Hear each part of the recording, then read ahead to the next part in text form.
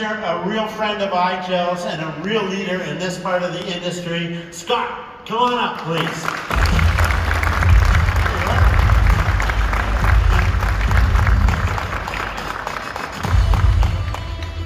What an incredible, inspiring video. That was just fantastic. That's tough to follow.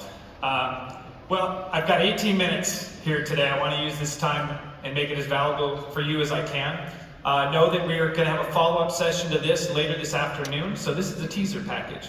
Timer can start. So I'm Scott Manchester. I'm the Director of Product Management for Windows 365, Azure Virtual Desktop, and Remote Desktop Services at Microsoft.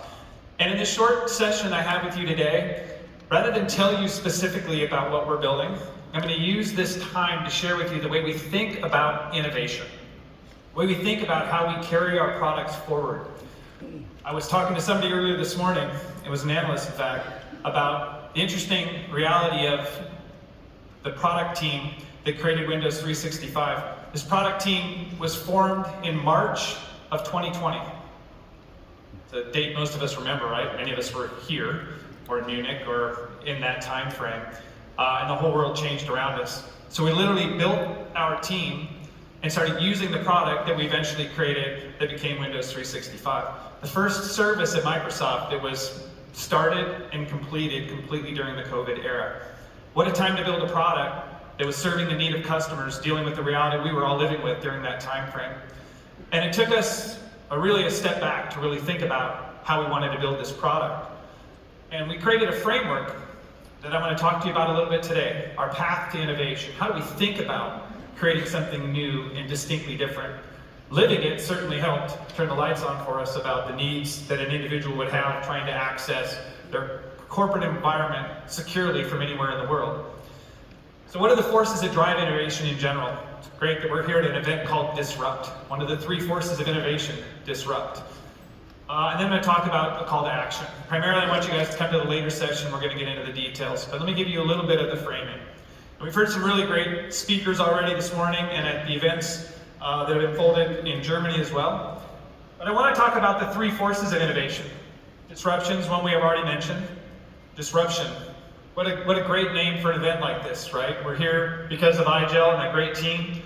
They've disrupted their industry, right? When I first met IGEL, they were a hardware and software company.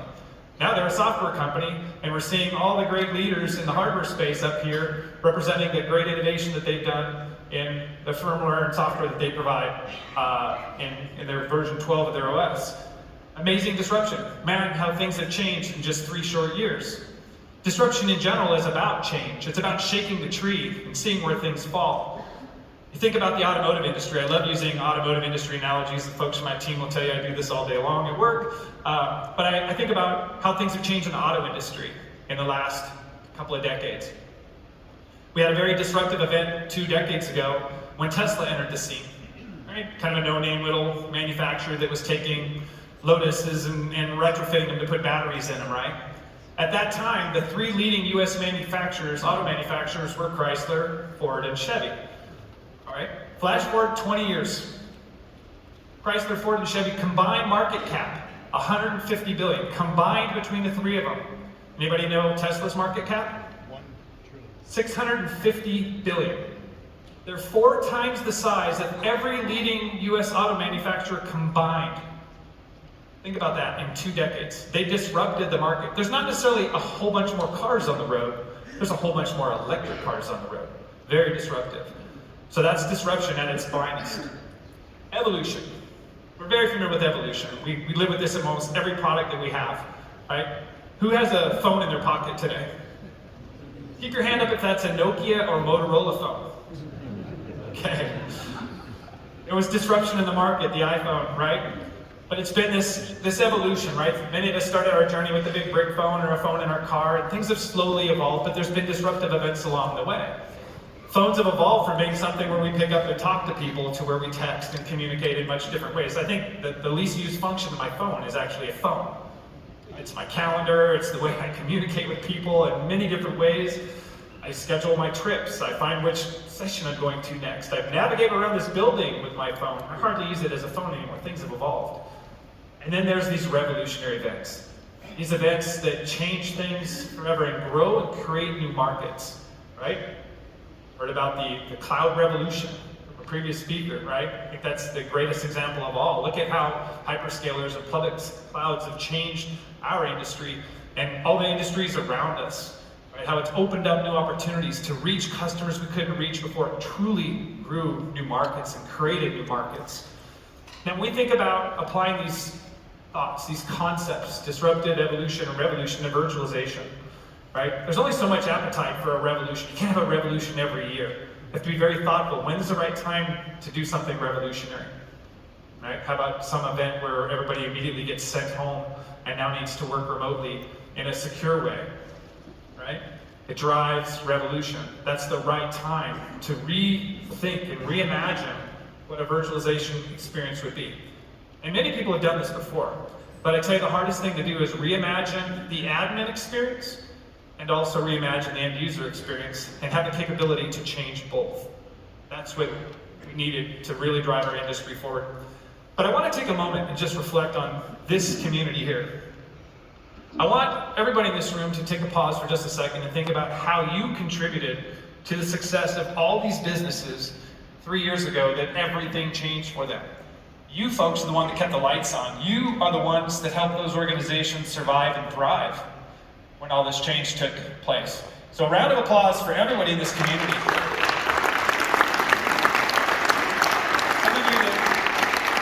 Some of you that know me might know that I also operate some small businesses, and my small businesses were very affected by the COVID. In fact, one of my businesses had to shut the door. It was a brand new martial arts studio, 3 months open, right? And then we were forced to not allow any martial arts activities for years in Washington State, and that business went under. But I was able to keep my businesses running, my other ones that were established, by moving to online classes, using technology to take my, decades-old martial arts programs and bring them to the modern world. And it was the kind of technologies that we create and we build that allow those businesses to survive. And that happened in millions of businesses all around the country. So we've done a great job, but we're not done yet. There's some really interesting statistics that I want to share with you that says our work is not done. And this is opportunity for all of you. These are some alarming statistics, but for us who generate and create the right technologies to address these, this is a call to action for us. This is, we are not done yet. So, 3 years ago, we were all sent home. Many organizations have made permanent changes. Many organizations are still under change. You can't go a single day without reading a news story. Some major company now says, everybody's out of the office. We're selling all our real estate. Everybody back in the office. We can't be productive if you're not in the office. Change is still afoot. 57% of the workforce is not in a stable state around their hybrid work experience, whether they're all office, all home, or somewhere in between. More than half are still making changes. That's a call to action for you. That's opportunity for you. 68% of organizations say they've had a security breach from an endpoint. 2/3. This last one is one that's really interesting in relation to thinking about innovation. 60% of IT staff say they can barely keep the lights on the tech they're supporting today. How many of you have ever read the book, The Innovator's Dilemma? If you haven't read it, read it. One of my favorites, top 5 books of all time. The Innovator Dilemma basically paints a picture for the incumbents, the people that are leading their industry. And they get so marred and buried in supporting the current existing customers, they miss what's coming. They miss the opportunity to see this inflection point and address new emerging markets. That's how you see people draft behind some leading organization and take first place. Tesla, Apple, right? Some great examples where they're people that fell prey to their changes and inflections may not even exist anymore. Kodak, right? Remember that company? So IT departments are the same way. If your IT department is doing nothing but keeping the lights on the technology they're supporting today, they don't keep their head above the water to identify upcoming threats or emerging technologies.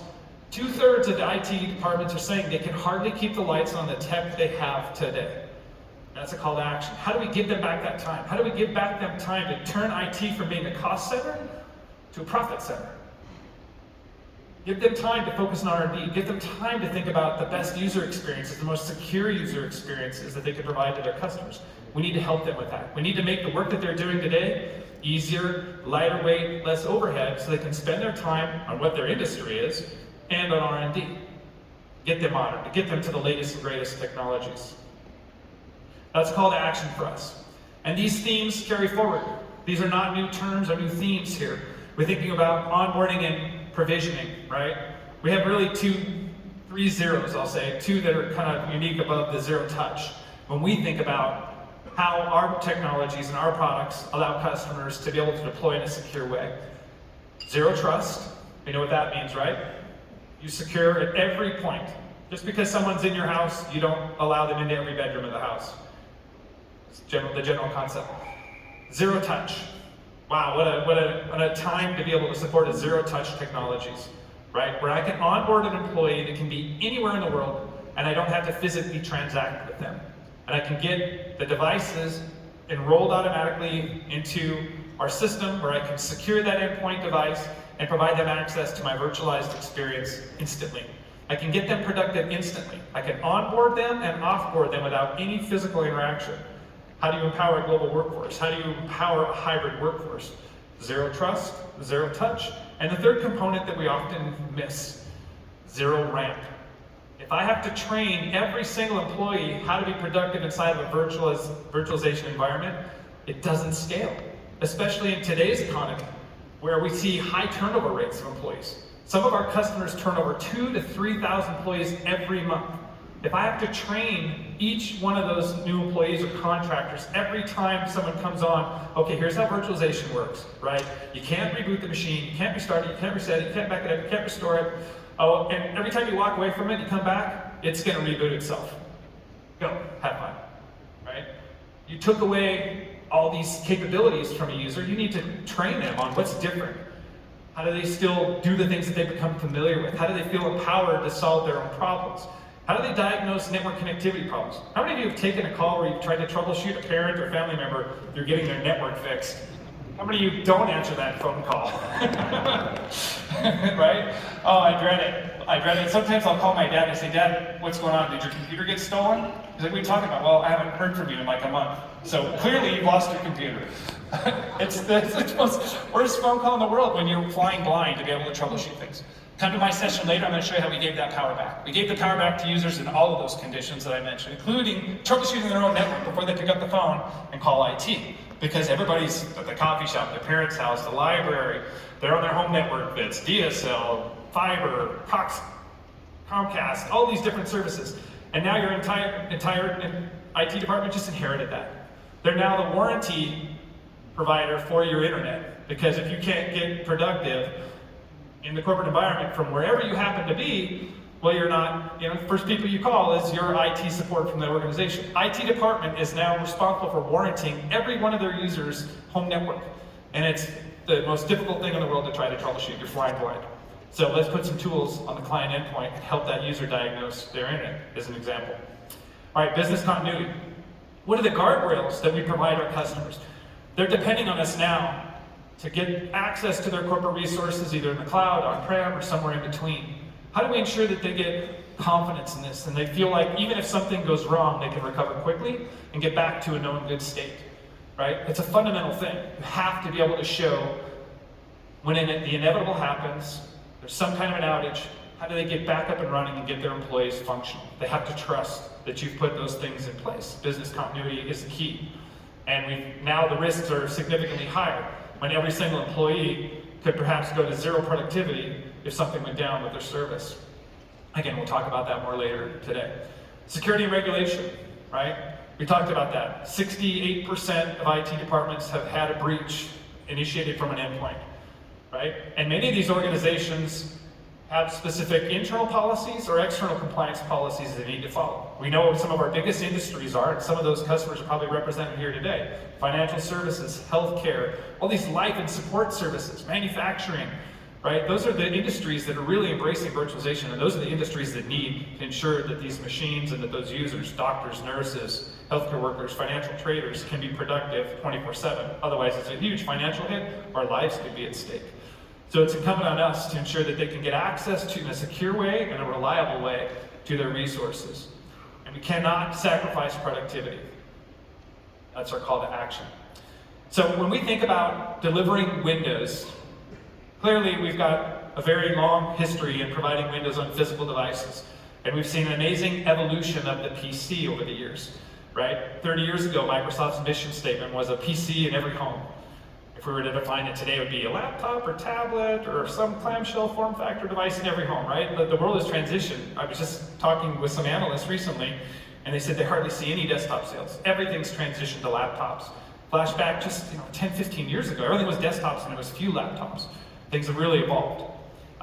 Windows is a great experience on hardware. We have amazing OEM partners that build many different form factors, and they're innovating in many different ways. But oftentimes, delivering Windows from the cloud is the right choice. And so we provide two clear ways of delivering Windows from the cloud. We have our evolutionary technology, where we took VDI to the cloud. We call it Cloud VDI. That's Azure Virtual Desktop. For those of you that have been in this industry for some time know the constructs haven't really changed. We've got gateways, brokers, agnostics. We have those core services that existed 30 years ago when we were building virtualization on-prem. Those concepts still exist in the cloud. Providing the ability for someone who has deep expertise in virtualization but give them the power of the cloud, that was the concept behind Azure Virtual Desktop. That's why we built it, was to empower those organizations to take the skills, capabilities they have, meet them where they're at, and now give them the power of the cloud. Cloud PC, our third category of how we deliver Windows from the cloud, is our reimagining. It's our revolutionary reimagining of the admin experience and the end user experience. That's the third way. I'll spend a lot more time talking about this. Members of my team that are here with me as well will spend a lot of time talking about the differences between AVD. Fundamentally, we see them in two distinct categories, Cloud VDI and Cloud PC. And certainly you can accomplish a lot of the same things with either one. I can drive my pickup truck and go pick up people at the airport. I can drive it to work, but I can't haul stuff in my car. Right? They can certainly do a lot of the same things, but they're very distinct products with very specific capabilities as well. So when we talk about the differences between AVD and Windows 365, yes, there are certain scenarios where you can choose either one. In fact, we see many of our customers now that are opting for both.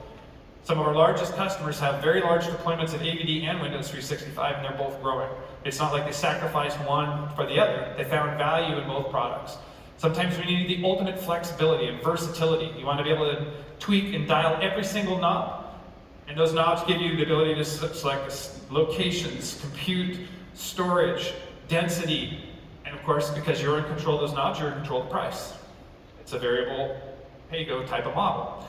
But there are customers that say, my IT department is completely burdened with what they're doing today, but I want to add virtualization. I want to empower my employees to be productive everywhere. I want to have a more global workforce, and I want the elasticity of the cloud. But I'd rather have my IT department focus in other areas than managing, building, and supporting virtualization. Can you do it for me? And that's Windows 365, a true SaaS solution, where we reimagine that admin experience and really we're very thoughtful about the cognitive load. You're trying to take someone that's managing physical devices and say, now I want you to manage virtualization devices. How many clicks does it take to make a virtualization device look like a physical device? How many clicks? That was our metric. How long, how many clicks, and the cognitive load did it take to get a cloud PC to equal a PC? That's the theme. And of course, we provide this at a fixed price. Lots of great innovation happening in both products. You're going to hear about many of these things throughout the day today. I'm going to keep on time here, so I'm going to put up this last slide. Come to our session later this afternoon. I know many of the team has been out and around meeting with customers and partners, and so we don't have a lot of people at the booth per se, but we'll try to hover around there. But we often are breaking out to meet with different customers in more private settings as well. Do keep an eye out for us in the booth there. We'll try to make sure we have someone there to capture you if you've got questions, and come by there. There's a few of us walking around with our Microsoft badges. You'll find us there. But you can obviously learn a lot more. We're here today. Let's take advantage of that time. We have some FaceTime while we're here, but also many of the information you might be requesting is available online at these sites here. So with that, I'm exactly on time. Thank you.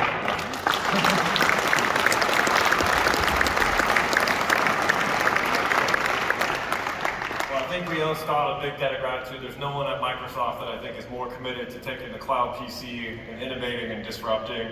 Great high altitude presentation there. Thanks again, Scott.